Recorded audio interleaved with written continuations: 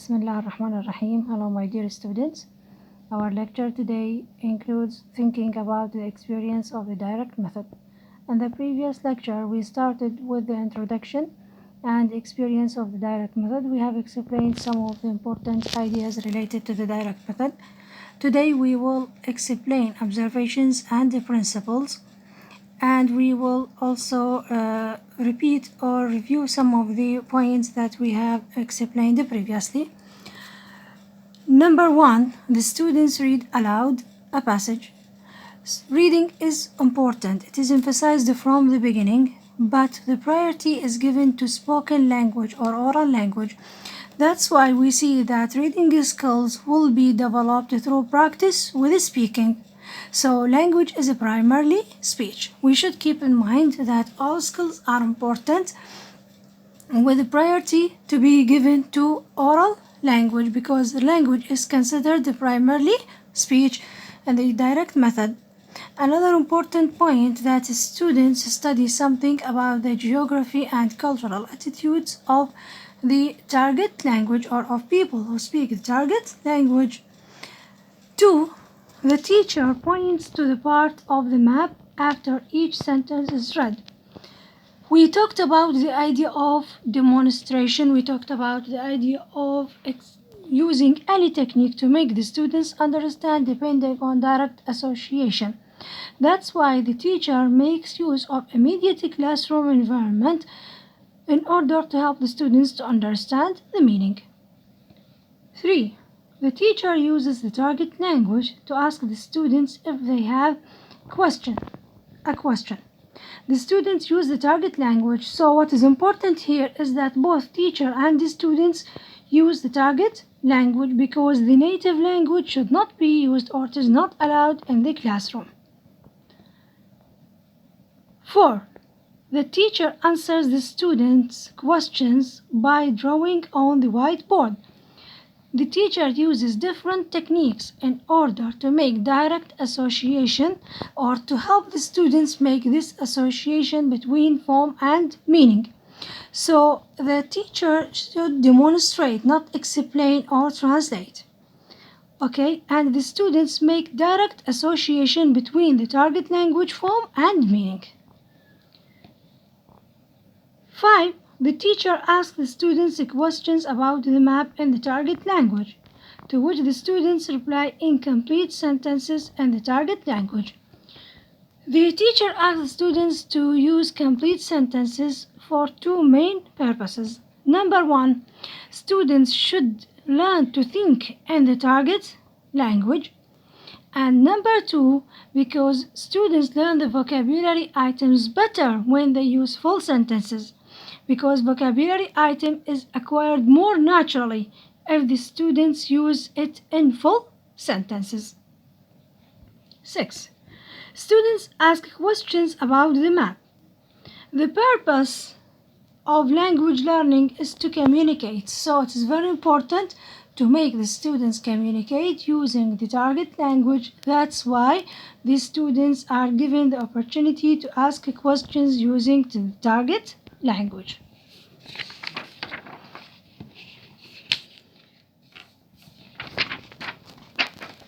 The teacher works with the students on the pronunciation.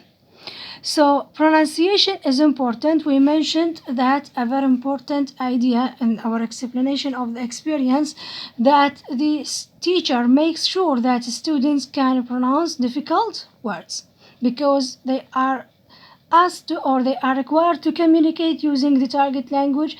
That's why pronunciation is important. 8. The teacher corrects grammar error by asking the students to make a choice. Here we have self-correction techniques. We talked about this technique, and later on we will refer to it in reviewing the techniques. 9. The teacher asks questions about the students, and the students ask each other questions. From this, we understand that we have interaction from students to the teacher and from students to students. First, the students answer the teacher's question, and then they ask each other questions and answer these questions, the students are given the opportunity to use the language in real context. 10. The students fill in blanks with prepositions practiced in the lesson. We refer to the way grammatical rules are explained in the direct method. We mentioned that the grammar is explained inductively, or grammatical rules are explained inductively, and there may never be any direct or explicit grammar rule given. 11. The teacher dictates a paragraph. Here, the teacher reads a paragraph and the students should write the paragraph depending on listening to it from the teacher. Writing is important, so the aim of this practice is to make the students practice writing and develop their ability to write. 12. All of the lessons of the week involve the United States geography. A very important idea in the direct method that the syllabus is based on situations or topics, not on linguistic structures. So the focus of the lesson is not a particular grammatical structure, but an idea or a topic, which is, for example, in our lesson, the geography of the United States.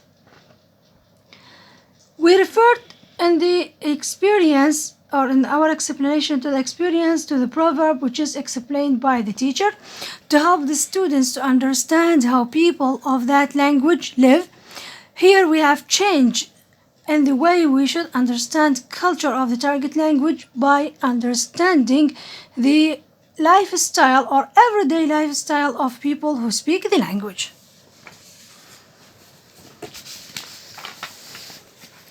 This is the end of thinking about the experience. We start now with reviewing the principles. In reviewing the principles, I will summarize the important points. Number 1, we mentioned that the goal is very important for any teacher. The teacher should identify the goal before we start the process of teaching. So the goal of teaching language according to the direct method is number 1, to help students to learn how to communicate in the target language.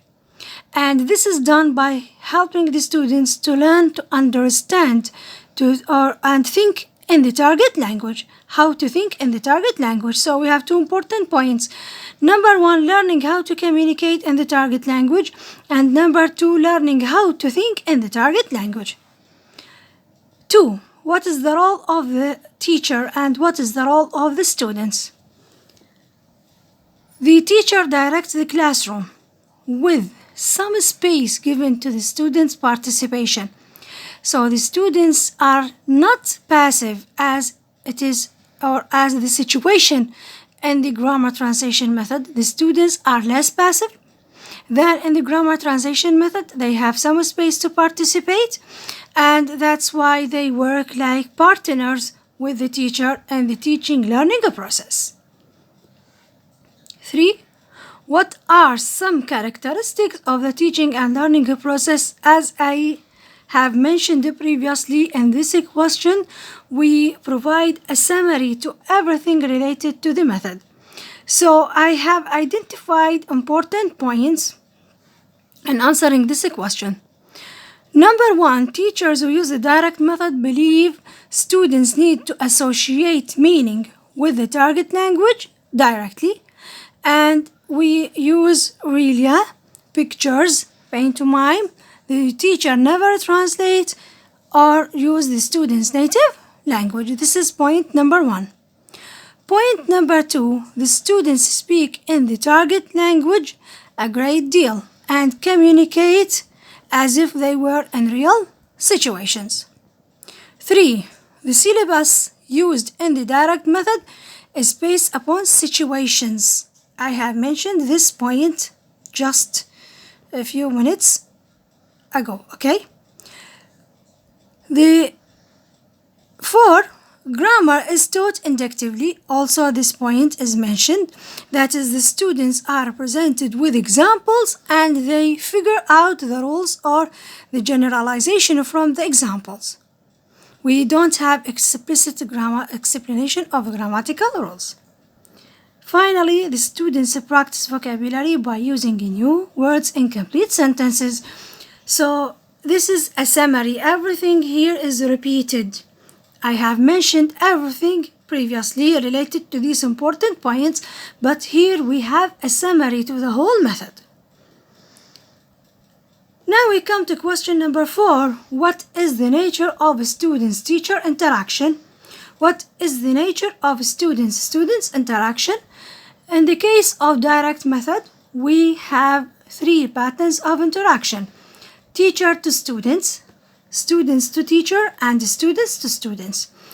We understand this because we have the communication or interaction goes from teacher to students and from students to teacher, and also students converse with one another as well.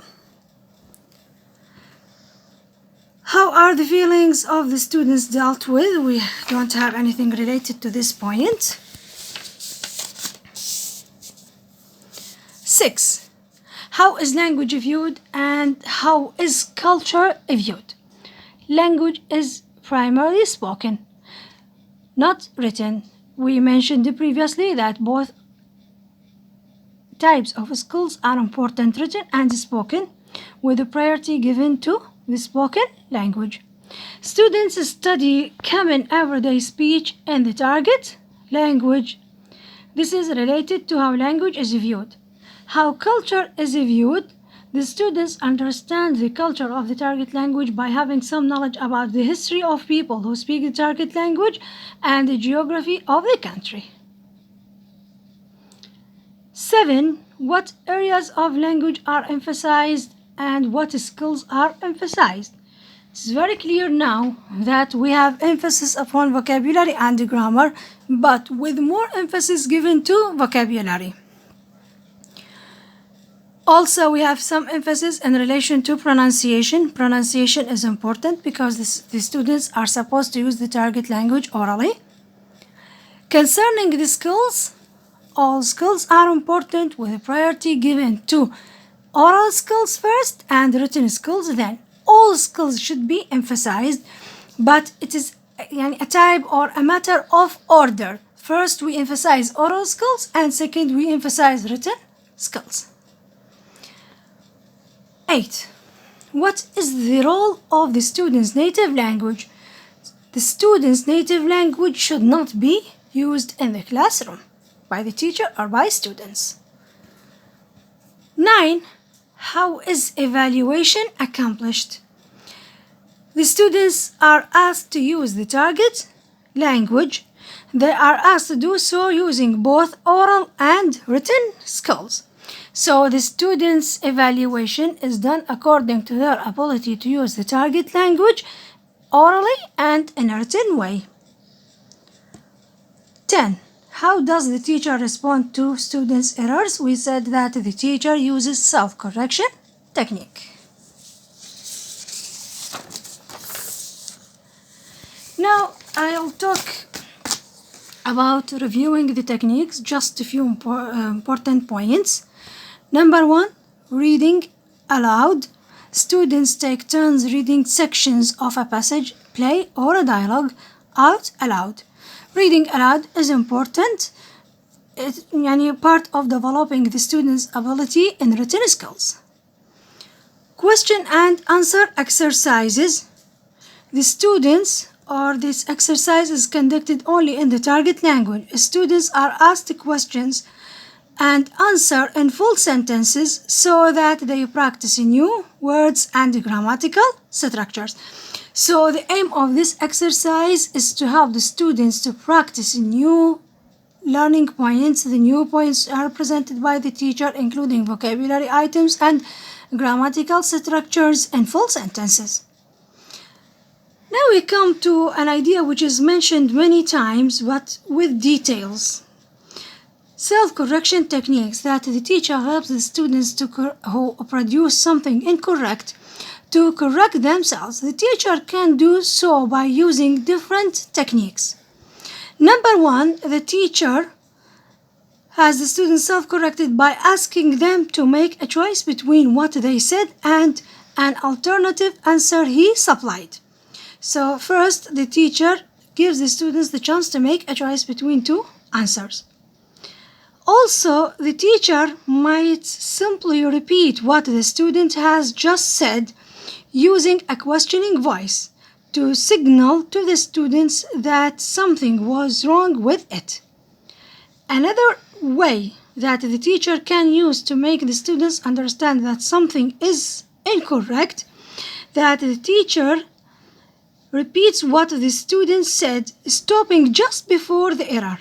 The students then knows that the next word was wrong, so the teacher uses different techniques to help the students to correct themselves or to use self-correction techniques. Conversational practice, we mentioned that the students are supposed to communicate in the target language, and this is a goal. So since it's a goal, we should achieve it by using a particular technique, which is conversation practice. The teacher asks the students a number of questions in the target language. They ask the individual students questions about themselves. Then the students ask the questions to each other and answer the questions to understand the grammatical structure, or by using the same grammatical structure. Fill in the blank, also a kind of a practice to the grammatical structures which are not supposed to be explained directly, but just practiced and understood from the examples provided by the teacher. Finally, we have 2 points. We have dictation and paragraph writing. Both of them are used to develop students' skills. First, in dictation, the students' writing skills is developed by making the students write a paragraph depending on listening to it, which is read by the teacher. The teacher reads the paragraph 3 times. The first time he reads it at normal speed, in which the students only listen to the paragraph. Next reading, or the second reading, the teacher reads phrase by phrase, and he pauses, giving the students the time to write what they hear. And finally, he repeats the paragraph at normal speed in order to give the students the chance to check their work.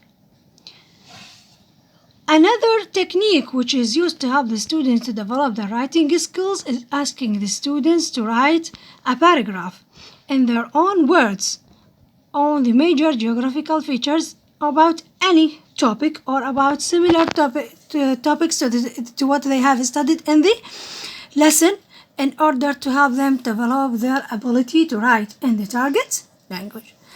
This is the end of our lecture. Thank you very much.